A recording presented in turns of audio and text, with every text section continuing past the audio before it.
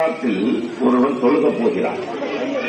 கைகால்களை அலம்ப சொல்லி இருக்கிறது இஸ்லாத்தின் திருக்குரான் சரி. ஒது செய்வது பரல். அப்படி ஒது செய்யும் போது இந்த நெகத்தில் ஆகலை என்று வைத்துக் கொள்ளுங்கள். உங்கள் ஒது கூடுமா?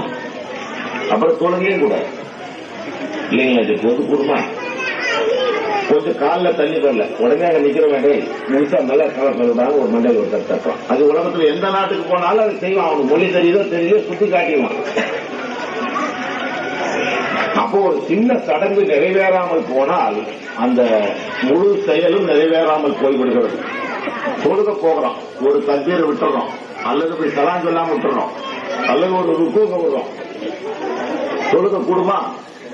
கூடுமாக்கா? கூடாது, கூடாது.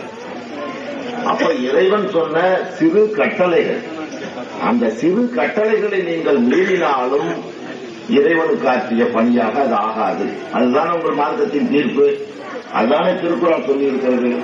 அல்லாஹ் கல்யாணத்தை எப்படி செய்ய சொன்னான் உங்களுக்கு? பெருமானார் எப்படி நடத்தி காட்டினார்கள்?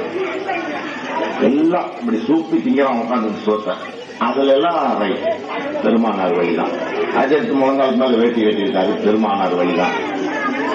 தாடி எல்லாம் கரெக்டா வச்சிருக்கிறான், பெருமானார் வழி. தொப்பி பக்கா வழிதான்.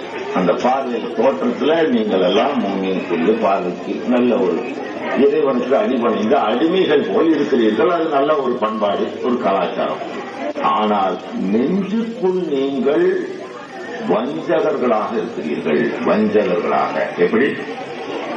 முனாஃபிக்குகள். ஒரு சட்டத்தை எந்த காலகட்டத்திலாவது மீறிய ஒரு அயோக்கியத்தனத்தை செய்திருக்கிறீர்கள். எப்படி? ஆண்டவன் உங்களை எப்படி திருமணம் செய்ய சொல்லியிருக்கிறான்?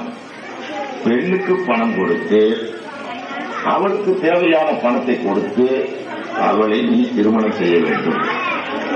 பொம்பளைட்ட நீ காசு வாங்கி திருமணம் செய்தால் இறை கட்டளை மீறிய சைத்தான் அந்த இடம் நிக்க அல்லது அந்த பெண்ணோடு வாழ்ந்த வாழ்க்கை விபச்சார வாழ்க்கை. அந்த விபச்சாரத்துக்கு புத்தகம் கொடுத்ததும் பாவம், துவா ஓடுறது பாவம், அங்க போட்ட ஆமீன் போட்டது பாவம், அந்த உணவு தின்றது பாவம். இது எல்லாம் எப்பேற்பட்ட பாவங்கள்? 80 கசையடி கொடுக்கக்கூடிய அளவு பாவம்.